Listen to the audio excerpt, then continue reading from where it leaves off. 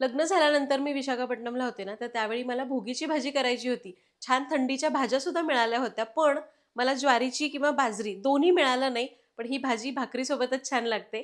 मग मी काय शक्कल लढवली, त्यावेळीची रेसिपी आज तुमच्यासोबत शेअर करते. नमस्कार. सरिताच्या स्वयंपाकघरात म्हणजेच आपल्या सरिताज किचन फूड अँड ब्लॉग्समध्ये आज आपण करतोय संक्रांती किंवा भोगीसाठी खास खिचडी, जी माझ्या मनाची रेसिपी आहे. मला त्यावेळी खावीशी वाटत होती, पण माझ्याकडे ज्वारी आणि बाजरीचं पीठ नव्हतं म्हणून मी हे केलं. पण ही भाजी चवीला सॉरी हा भात आहे चवीला खूप खूप भारी लागतो. एकदा तरी नक्की करून बघा. अगदी भोगीला नाही करता आला ना, थंडीच्या दिवसात ज्या भाज्या मिळतात ना, त्या सगळ्या भाज्या वापरून हा भात आपण करू शकतो. अगदी भोगीच्या भाजीला लागतं तेच साहित्य याला लागतं, या दाखवते. तर आपण थंडीतल्या येणाऱ्या सगळ्या भाज्या घेतो.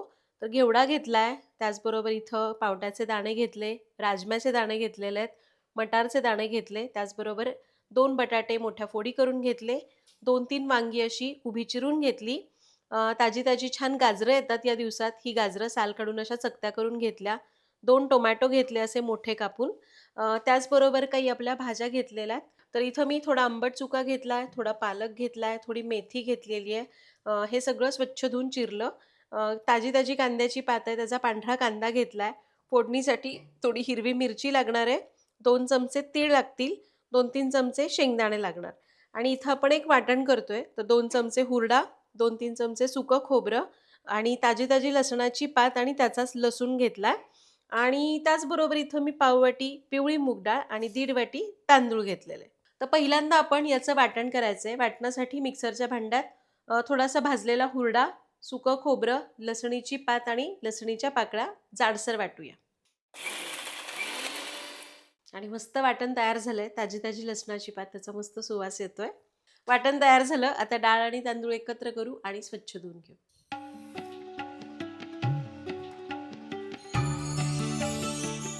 तयारी झाली. आता फोडणी करू. फोडणीसाठी काही आपलं नेहमीचं साहित्य आणि या भाज्या. चला. आता मी हा भात करते कढईमध्ये. तुम्ही कुकरमध्ये केला तरी चालेल. आणि आपल्याला फोडणीसाठी आपलं नेहमीचं साहित्य लागणार आहे. मोहरी, जिरं, हिंग, कढीपत्ता आणि बस इतकं साहित्य. चला. कढईमध्ये घालूया तेल 2 ते 3 चमचे.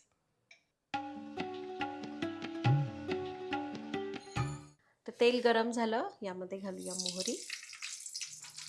अर्धा चमचा मोहरी. मोहरी तडतडली. पाव चमचा जिरं, हिंग, कढीपत्ता आणि तयार केलेलं वाटण. गॅस कमी करू. वाटण मस्त परतूया. वाटण 2 मिनिट परतलं. आता घालूया पातीचा पांढरा कांदा. त्याचबरोबर घालूया टोमॅटो. थोडेसे तीळ घालायचे. शेंगदाणे घालूया आणि याला 2 मिनिटं परतूया. कांदा आणि टोमॅटो असं 2 मिनिटं मस्त परतलं. आता घालूया सगळ्या भाज्या. आंबट चुका, पालक, मेथी. त्याचसोबत सगळ्या शेंगभाज्या आणि फळभाज्या घालूया. हिरवी मिरची घालूया.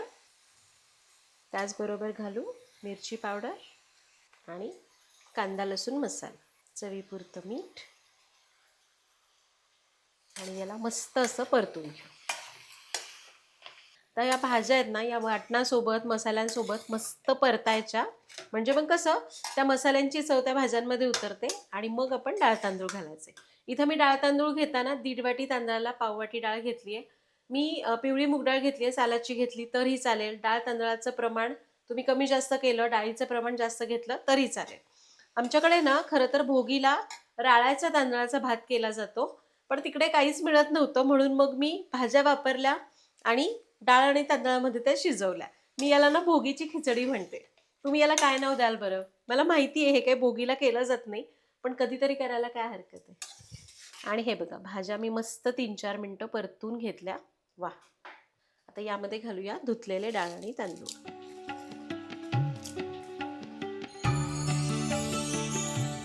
आता डाळ आणि तांदूळ हलक्या हाताने चांगले मिसळून घ्या. आणि तुम्हाला जर डाएटसाठी अशी काही खिचडी बिचडी करायची आहे तर हे प्रमाण घ्या, ज्याच्यामध्ये डाळ तांदूळ कमी आणि भरपूर भाज्या.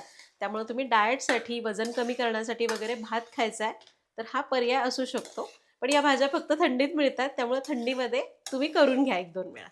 आणि हे बघा भाज्या मस्त परतलेल्या आहेत, सगळं आपण छान परतून घेतलंय. आता यामध्ये घालायचं पाणी. आपण 1 वाटी तांदूळ आणि पाव वाटी डाळ घेतली होती. आपल्याला त्याच्या जवळपास दुप्पट पाणी घालायचंय, पण मी थोडं जास्त घालते, मऊ खिचडी पाहिजे म्हणून मी 3 वाट्या पाणी घालते.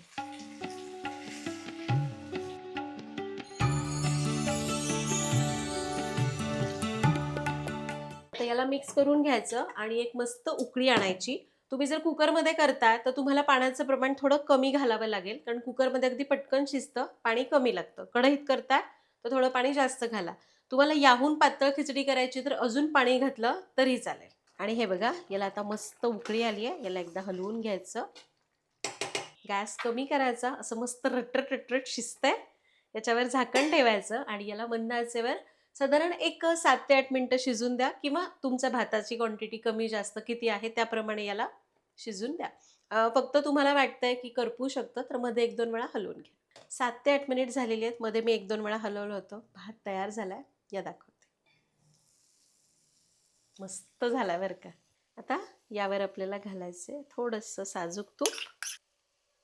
आणि आपला हा मस्त रंगीबेरंगी मसाले भात, संक्रांतीची खिचडी, भोगीची खिचडी, मिक्स भाज्यांची खिचडी, तुम्हाला जे नाव द्यायचं ते तुम्ही देऊ शकता, ही तयार झालेली आहे. यामध्ये भरपूर भाज्या आहेत आणि भात आणि डाळीचं म्हणजे तांदूळ आणि डाळीचं प्रमाण कमी आहे. त्यामुळे तुम्हाला वजन कमी करण्यासाठी असं काहीतरी छान आवडीचं चटपटीत खायचंय तर ही रेसिपी नक्की करता येईल. तुम्ही सुद्धा ही रेसिपी नक्की करून बघा. अगदी भोगीलाच नाही, किंवा तुमच्याकडे सुद्धा बाजरी ज्वारीचं पीठ मिळायला अवघड आहे आणि तुम्हाला भोगीची भाजी खायचीच आहे, मग ती अशी भातामध्ये तयार करून तुम्ही खाऊ शकता. नक्की करून बघा. कमेंटमध्ये सांगा. भेटूया पुढच्या भागात. Happy cooking.